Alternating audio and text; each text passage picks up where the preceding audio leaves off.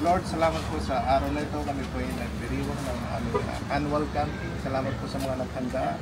Salamat po sa mga nag-organize. Salamat po sa mga dumalo. Family and friends po na nandito ngayon. I-bless po ang bawat isa sa pagkakakitaan po ng bawat isa sa araw-araw po. I-bless po ang aming health. Sana po ay magkaroon po ng mas healthy at masanganan ng buhay. At i-bless mo po ang pagkain nanay. Ay handa po namin ngayon. Sana po ay magbigay ng kalakasan sa bawat isa. Ang lahat ng ito ay dalangin namin sa pangalan ng Jesus. Amen!